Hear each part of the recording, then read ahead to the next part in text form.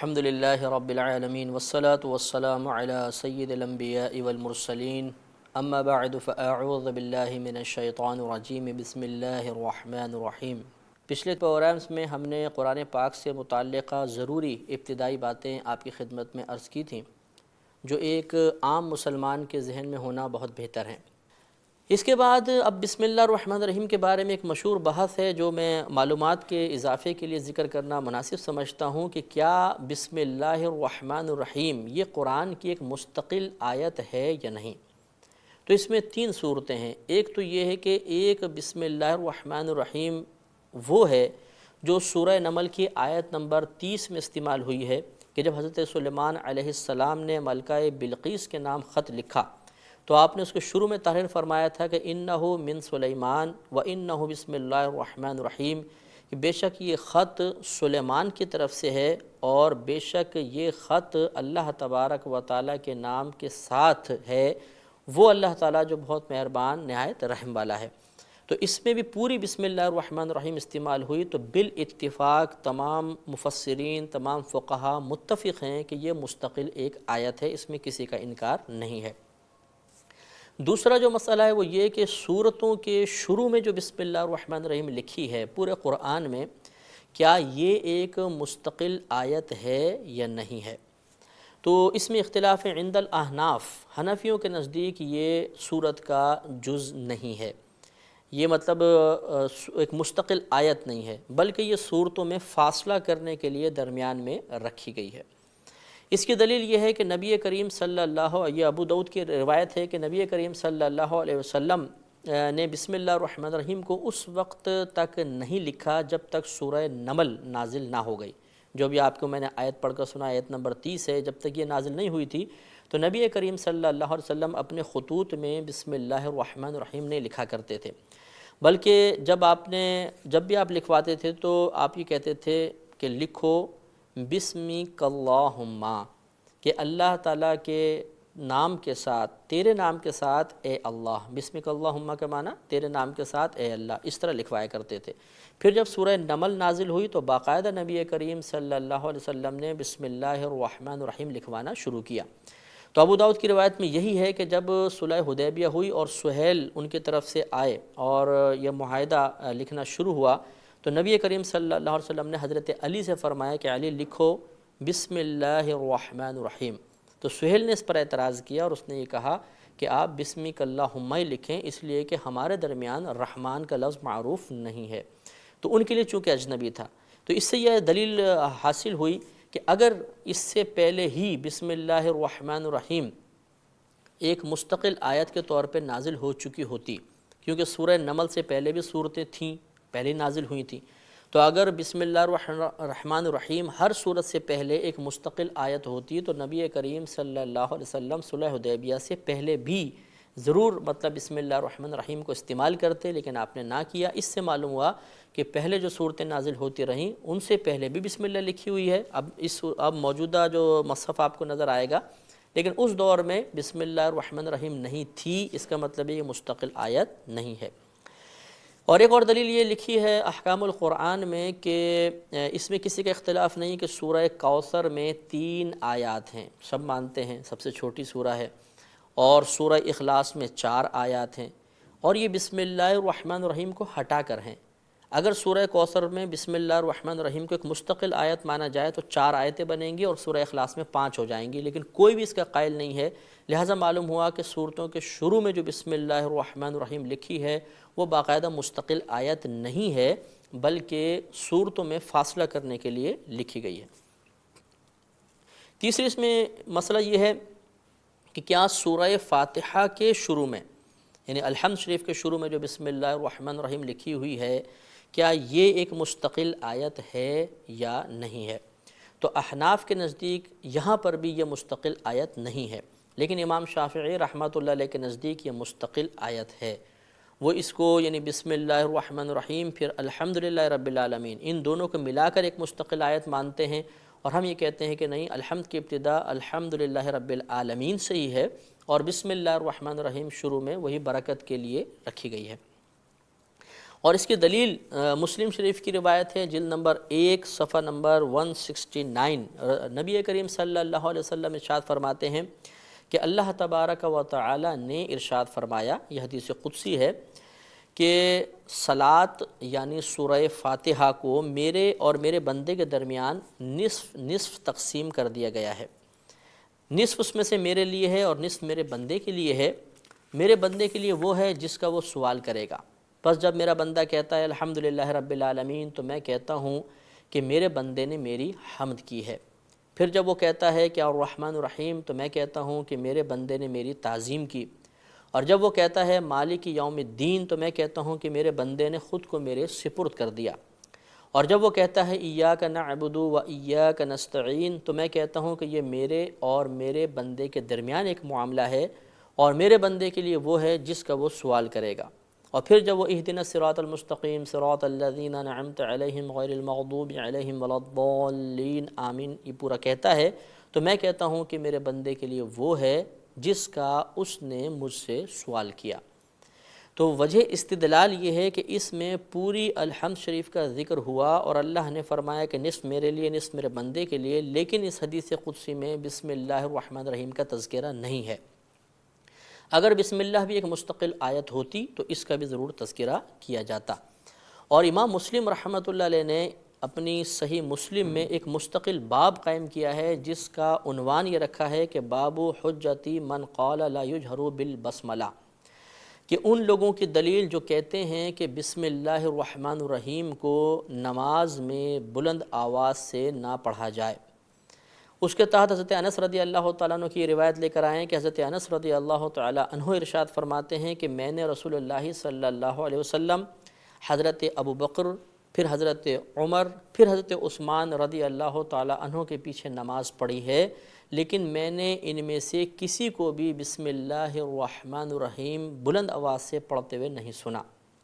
اس سے استدلال یہ کیا گیا ہے کہ اگر بسم اللہ ایک مستقل آیت ہوتی تو جیسے پوری الحمد کا جہر سے پڑھنا، یعنی جہری نمازوں میں جہر سے پڑھنا واجب ہے، تو بسم اللہ چونکہ اس کی مستقل ایک آیت تھی تو اس کا پڑھنا بھی واجب ہونا چاہیے تھا۔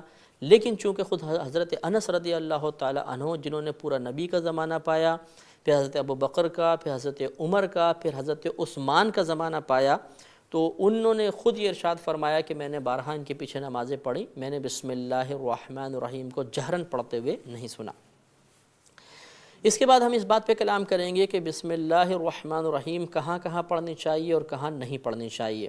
تو اس میں ابو داؤد کی وہ روایت ابھی آپ کی خدمت میں عرض کی کہ نبی کریم صلی اللہ علیہ وسلم نے ارشاد فرمایا کہ ہر وہ ذی شان کام جس سے پہلے بسم اللہ الرحمن الرحیم نہ پڑھی جائے وہ بے برکت ہوتا ہے، لہٰذا ہر جائز اور اچھے کام سے پہلے ہمیں بسم اللہ الرحمن الرحیم ضرور پڑھنی چاہیے۔ لیکن یاد رکھیں کہ اگر کوئی حرام کام ہو، حرام بھی دو طرح کے ہوتے ہیں، ایک حرام ظنی ہوتا ہے، ایک حرام قطعی ہوتا ہے۔ حرام قطعی کا مطلب کہ خود قرآن نے واضح طور پہ اس کی حرمت کو ذکر کیا، جیسے سود کا معاملہ ہے یا زنا ہے یا چوری ہے، ان کی حرمت قطعی ہے، انہیں خود قرآن سے ثابت ہے۔ تو اگر کوئی حرام قطعی کام کرے معاذ اللہ اور اس سے پہلے بسم اللہ الرحمن الرحیم پڑھ لے تو فقہائے اسلام نے اس کو کفر قرار دیا ہے۔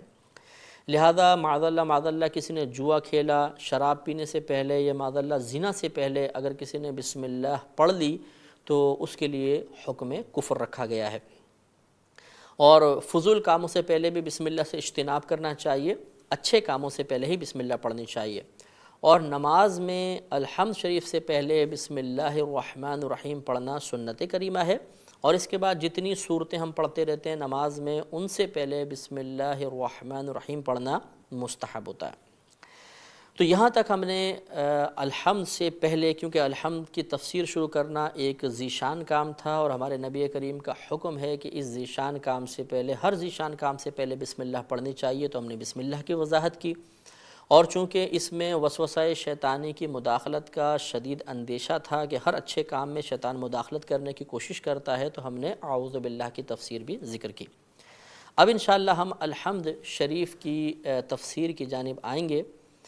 ترتیب قرآن کے اعتبار سے الحمد شریف پہلی صورت بنتی ہے، نزول کے اعتبار سے یہ پہلی نہیں ہے، اور اس کے احادیث کریمہ میں کئی نام ذکر کیے گئے ہیں۔ پہلے ہم نام پر گفتگو کریں گے، پھر اس کی مزید تفصیل انشاءاللہ عرض کی جائے گی۔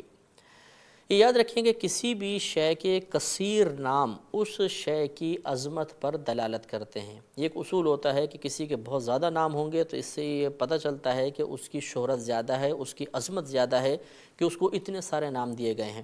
تو احادیث کریمہ میں حمد شریف کے لیے، الحمد شریف کے لیے بھی بکثرت نام استعمال ہوئے ہیں۔ چند مشہور نام اور ان کی وجہ تسمیہ میں آپ کی خدمت میں عرض کرتا ہوں۔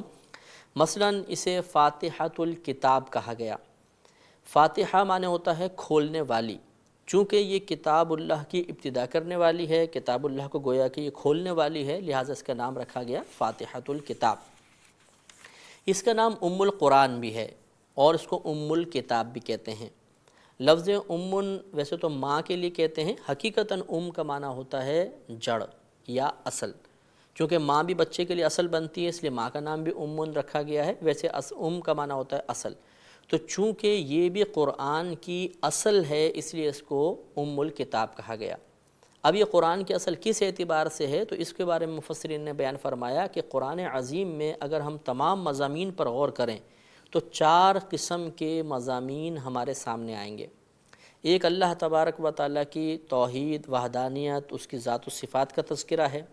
دوسرا نبوت کا تذکرہ ہے۔ تیسرا اس میں آخرت کا تذکرہ ہے۔ اور چوتھا اس میں قضاء و قدر ہے، یعنی اللہ تبارک و تعالیٰ کے فیصلے، اللہ تبارک و تعالیٰ کی طرف سے نازل کردہ آزمائشیں اور بندوں کا اس پہ پورا اترنا۔ اگر حمد شریف پر غور کریں تو یہ 4 چیزیں اس میں پائی گئی ہیں۔ الحمدللہ رب العالمین، الرحمن الرحیم، مالک یوم الدین، اس میں اللہ تبارک و تعالیٰ کی الوہیت کا بیان ہے، اللہ کی ذات، اس کی صفات کا تذکرہ ہے۔ پھر ایاک نعبد و ایاک نستعین، اس میں قضاء و قدر بیان کر دی گئی ہے۔ اہدنا الصراط المستقیم صراط الذین انعمت علیہم، اس میں انبیاء علیہم السلام کا تذکرہ ہے، کیونکہ ہم کہہ رہے ہیں کہ اللہ تعالیٰ ہمیں سیدھے لوگوں کے راستے پر چلا اور سیدھے راستے پہ چلا، ان لوگوں کا راستہ جن پر تو نے انعام فرمایا، اور وہ انبیاء علیہم السلام ہے، تو نبوت کا تذکرہ ہو گیا۔ اور اس کے بعد غیر المغضوب علیہم ولا الضالین، ہم کہتے ہیں کہ اللہ تعالیٰ ہمیں ان کے راستے پہ نہ چلا جن پر تیرا غضب نازل ہوا اور جو گمراہ ہو گئے۔ تو اس میں پھر آخرت کا تذکرہ ہے کہ آخرت میں عذاب ہوگا وہ گمراہ جو شخص ہوئے۔ اسی طرح مالک یوم الدین میں بھی آخرت کا تذکرہ ہے۔ تو چونکہ قرآن پاک کے مضامین کا خلاصہ اس صورت میں جمع کر دیا گیا اس لیے اس کو ام الکتاب کہا گیا۔ اس کا ایک نام سورۃ الحمد بھی ہے، چونکہ اس میں اللہ تعالیٰ کی حمد بیان کی گئی ہے، اس کو سورۃ الحمد بھی کہتے ہیں۔ اس کا ایک نام سورۃ الدعاء بھی ہے، کیونکہ اس میں دعا ذکر کی گئی ہے، اہدنا الصراط المستقیم صراط الذین انعمت علیہم سے لے کر آخر تک، لہٰذا اس کا نام ایک سورۃ الدعاء بھی ہے۔ اسے سورۃ الصلاۃ بھی کہتے ہیں، کیونکہ نماز میں سورت کو پڑھا جاتا ہے، لہٰذا سورۃ الصلاۃ، نماز کی سورت۔ اس کا ایک نام الشفا بھی ہے، چونکہ اللہ تبارک و تعالیٰ نے اس سورہ میں شفا رکھ دی ہے اس لیے اس کا نام سورۃ الشفا کہا گیا۔ خود ایک حدیث پاک میں نبی کریم صلی اللہ علیہ وسلم نے اس سورت کو شفا قرار دیا۔ ارشاد ہوتا ہے کہ حمد شریف میں، الحمد میں ہر بیماری کی شفا ہے، تو ہر بیماری کی شفا کے لیے جہاں ہم دنیاوی ذرائع اور اسباب اختیار کرتے ہیں، ہمیں چاہیے کہ روحانی علاج کی بھی کوشش کریں۔ اس کا ایک نام الکافیہ بھی ہے۔ کافیہ کا معنی ہوتا ہے کفایت کرنے والی، جو دوسروں کو ہٹا کر خود کافی ہو جائے۔ تو چونکہ نماز میں حمد اگر ہو تو دوسری صورتوں کی بسا اوقات حاجت نہیں ہوتی ہے، جیسے فرض کی تیسری اور چوتھی میں، لیکن جو صورتیں ہیں وہ کبھی حمد کے بغیر نہیں ہوتی ہیں، لہٰذا اس کو کافیہ کہا گیا کہ دوسری صورتیں اس کے بغیر نہیں ہوتی ہیں، یہ دوسروں کے بغیر کفایت کر جاتی ہے، اس کو الکافیہ نام دیا گیا۔ اس کے علاوہ بھی اور بھی اس کے بہت سارے نام ہیں، سورۃ الکنز بھی ہے، رقیہ بھی اس کا نام رکھا گیا ہے، وغیرہ وغیرہ، وافیہ بھی نام آیا ہے۔ تو یہ بہت سارے اس کے نام ہیں، جس سے ظاہر ہوتا ہے کہ یہ سورت بارگاہ الہی میں، بارگاہ رسالت میں بہت زیادہ مقبول ہے۔ اس کے بہت سے فضائل بھی ذکر کیے گئے ہیں حصول برکت کے لیے۔ ایک فضیلت بخاری شریف جلد نمبر 2 اور اس کا صفحہ نمبر 479 پر حضرت ابو سعید خدری رضی اللہ تعالیٰ عنہ سے مروی حدیث پاک ہے، جس سے اس کی فضیلت کی طرف اشارہ ہوتا ہے۔ یہ کہتے ہیں کہ ہم ایک سفر پر جا رہے تھے تو راستے میں ایک لڑکی ملی، اس نے ہمیں کہا کہ ہمارے جو قبیلے کا سردار ہے اسے بچھو نے ڈنگ مار دیا ہے، اور ہمارے پاس ابھی وہ حضرات موجود نہیں ہیں جو دم وغیرہ کرتے ہیں، تو اگر تم میں سے کسی کو دم آتا ہے تو وہ آ کر علاج کرے۔ حضرت ابو سعید خدری رضی اللہ تعالیٰ عنہ فرماتے ہیں کہ ہم میں ایک شخص تھے کہ جو دم کے بارے میں کوئی مشہور نہیں تھے، انہوں نے کہا چلو میں جاتا ہوں۔ وہ گئے اور دم کیا، اور اللہ تبارک و تعالیٰ نے اس سردار کو شفا عطا فرمائی۔ وہ بہت خوش ہوا، اس نے ہم سب کو دودھ پلایا اور 30 بکریاں بطور انعام ہمیں دیں۔ اب ہمارے درمیان یہ بحث چھڑ گئی۔ ہم نے اس شخص سے پوچھا کہ کیا تم پہلے دم کرتے تھے، تمہیں آتا ہے دم کرنا؟ اس نے کہا مجھے تو کوئی دم یا منتر نہیں آتا، میں نے تو الکتاب پڑھ کر اس پر دم کر دیا تھا، اللہ نے اس کو شفا عطا فرما دی۔ اب ہمیں یہ بحث چھڑی کہ کیا ہمارے لیے یہ انعام جائز ہے یا نہیں؟ تو ہم نے آپس میں کہا کہ ہمیں اس کے بارے میں بحث نہیں کرنی چاہیے، بلکہ ہم نبی کریم صلی اللہ علیہ وسلم کے بارگاہ میں حاضر ہوتے ہیں، وہاں سارا معاملہ ذکر کرتے ہیں اور دیکھتے ہیں کہ نبی کریم صلی اللہ علیہ وسلم ہمارے درمیان کیا فیصلہ فرماتے ہیں۔ اب ہم سب مدینہ منورہ آئے، بارگاہ رسالت میں حاضر ہوئے، تمام معاملہ عرض کیا، تو نبی کریم صلی اللہ علیہ وسلم نے بظاہر تعجب سے فرمایا کہ اس شخص کو کیسے پتہ چل گیا کہ یہ ایک دم ہے، یعنی الحمد شریف دم کر سکتے ہیں۔ پھر فرمایا کہ ان بکریوں کو تقسیم کرو اور اس میں ہمارا بھی حصہ رکھو۔ اس سے معلوم ہوا کہ الحمد شریف اگر کسی مریض پر دم کر دی جائے اور صحیح اخلاص کے ساتھ کی جائے اور وہ شخص کرے جو متقی ہے، پرہیزگار ہے، تو اللہ تبارک و تعالیٰ اس کی برکت سے شفا دیتا ہے، اور اس طرح دم کر کے کوئی اجرت لے لینا یہ بھی جائز ہوتا ہے۔ اس کا شان نزول جو ہے وہ مختلف بیان کیے گئے ہیں، بہرحال مقام نزول پہ ہم بحث کر لیتے ہیں کیونکہ شان نزول اتنا قوی نہیں ہے۔ کہا جاتا ہے کہ یہ سورت 2 مرتبہ نازل ہوئی، ایک مرتبہ مکے میں، ایک مرتبہ مدینے میں، لہٰذا یہ مکیہ بھی ہے اور مدنیہ بھی ہے۔ یہ ہم نے پہلے آپ کو بتایا تھا کہ جو صورتوں کے شروع میں مکی صورت یا مدنی صورت لکھا ہوتا ہے، اس کا جمہور نے یہ معنی بیان کیا ہے کہ جو صورتیں ہجرت سے پہلے نازل ہوئیں وہ مکیہ ہیں، جو ہجرت کے بعد نازل ہوئیں وہ مدنیہ ہیں۔ لہذا معلوم ہوا کہ یہ صورت 2 مرتبہ نازل کی گئی، ایک مرتبہ نبی کریم صلی اللہ علیہ وسلم کی ہجرت سے پہلے اور ایک مرتبہ آپ کی ہجرت کے بعد، لہذا اس کو مکیہ بھی کہہ سکتے ہیں اور مدنیہ بھی کہہ سکتے ہیں۔ اس میں 7 آیات ہیں، 27 کلمات ہیں، 140 حروف ہیں اور ایک رکوع ہے۔ یہ ایک رکوع پر مشتمل صورت ہے۔ اس کے مضامین جیسے کہ ابھی آپ کی خدمت میں عرض کیا کہ اگر ہم بالتفصیل دیکھیں تو 7 قسم کے مضامین اس میں نظر آتے ہیں۔ ایک تو اللہ تبارک و تعالیٰ کی ذات اور صفات کا تذکرہ ہے، دوسرا وصف نبوت کو بیان کیا گیا، تیسرا طاعت و بندگی ہے اور اللہ تعالیٰ کی قضاء و قدر کا مسئلہ ہے، چوتھا اس میں آخرت کا بیان ہے، دعا بھی ہے، ایک وعدہ بھی ہے اور ایک وعید بھی ہے۔ آخرت کا جو انعام کا تذکرہ ہوتا ہے اس کو وعدہ کہتے ہیں، اور آخرت میں عذاب کا تذکرہ اسے وعید کہا جاتا ہے۔ تو جہاں انعام یافتہ بندوں کا تذکرہ ہوا، ہم کہتے ہیں اہدنا الصراط المستقیم صراط الذین انعمت علیہم، تو یہاں پر گویا کہ ایک وعدہ کیا جا رہا ہے، ہمیں سمجھایا جا رہا ہے کہ یہ دعا کرو، کیونکہ جب ہم دعا کریں گے، اگر ہمیں ہدایت مل گئی، ہم انعام یافتہ بندوں کے راستے پہ چلے تو ضرور فلاح و کامرانی ہمارا مقدر بنے گی۔ تو یہ ایک طرح کا وعدہ نظر آتا ہے۔ اور آگے جو مغضوب اور ضالین کا تذکرہ کیا گیا ہے، یقیناً وہ لوگ گمراہ ہوئے، ان پہ اللہ کا غضب نازل ہوا، اگر اللہ ناراض ہوا، جو مطلب مغضوب ہو گئے وہ تو جہنم میں ہیں، جو گمراہ ہوئے اس انداز سے کہ وہ اسلام کے قریب ہی نہیں آ سکے وہ بھی یقیناً جہنم میں جائیں گے۔ تو یہ ایک طرح کی وعید ہے کہ اگر کوئی خدا نخواستہ ان لوگوں کے راستے پہ چلتا ہے تو وہ بھی جہنم میں جائے گا۔ اب ہم اس صورت کے مختلف کلمات کی وضاحت اور تفسیر کی طرف آتے ہیں۔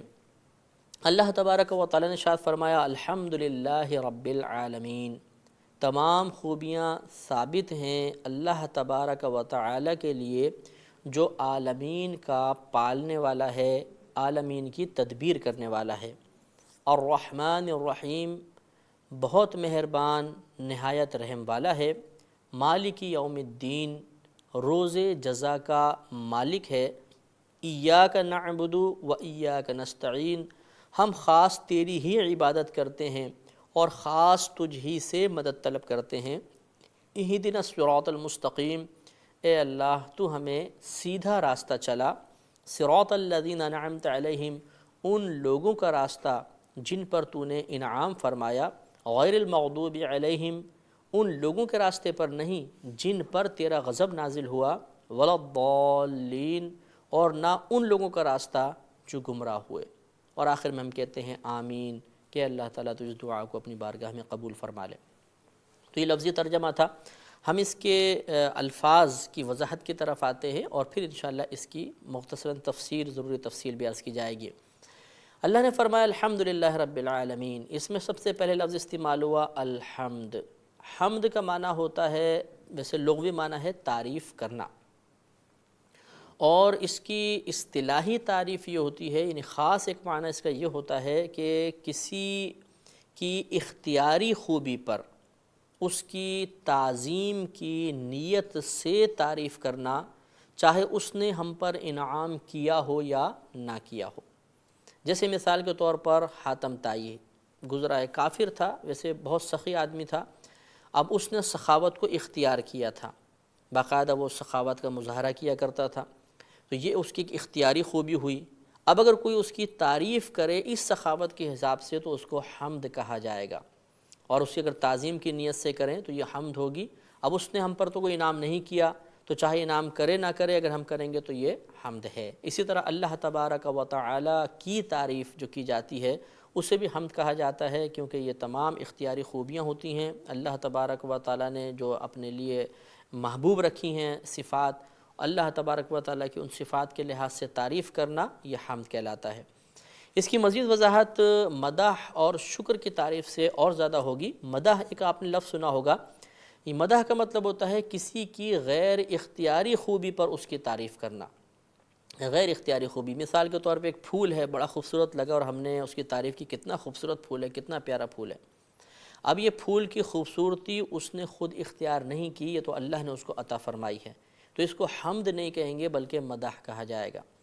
اور شکر اس تعریف کو کہتے ہیں کہ جو کسی کی انعام عطا فرمانے پر، رحمت نازل کرنے پر، احسان کرنے پر، انعام دینے کے جواب میں تعریف کی جاتی ہے، اس کو شکر کہا جاتا ہے۔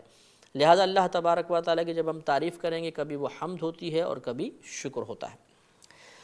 اس کے بعد ہے الحمدللہ، اللہ کا تذکرہ آیا۔ اچھا یہ بھی یاد رکھیے کہ الحمد کے اوپر جو الف لام ہے، کلام عرب میں یہ جو اسماء سے پہلے الف لام آتا ہے یہ مختلف معانی کے لیے استعمال ہوتا ہے۔ جیسے انسان، الانسان، معنی میں فرق آئے گا۔ اس طرح حمد اور الحمد کچھ معنی میں فرق ہو جائے گا۔ تو یہ جو الحمد پہ الف لام ہے اس میں بھی مختلف اقوال ہیں، زیادہ بہتر قول یہ ہے کہ یہاں پر الف لام استغراقی ہے۔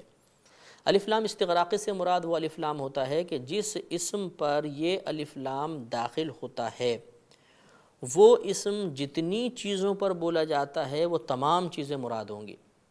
مثال کے طور پہ لفظ حمد، یہ جتنی بھی ایسی تعریفیں ہیں جو کائنات میں ہو رہی ہیں ان پہ لفظ حمد بولا جائے گا۔ اب یہ الف لام جو اس پر آیا یہ استغراقی ہے، تو اس کا مطلب یہ ہوگا کہ حمد جتنی بھی کائنات میں ہو رہی ہیں وہ سب اللہ کی ہیں، وہ اللہ کے لیے ہیں۔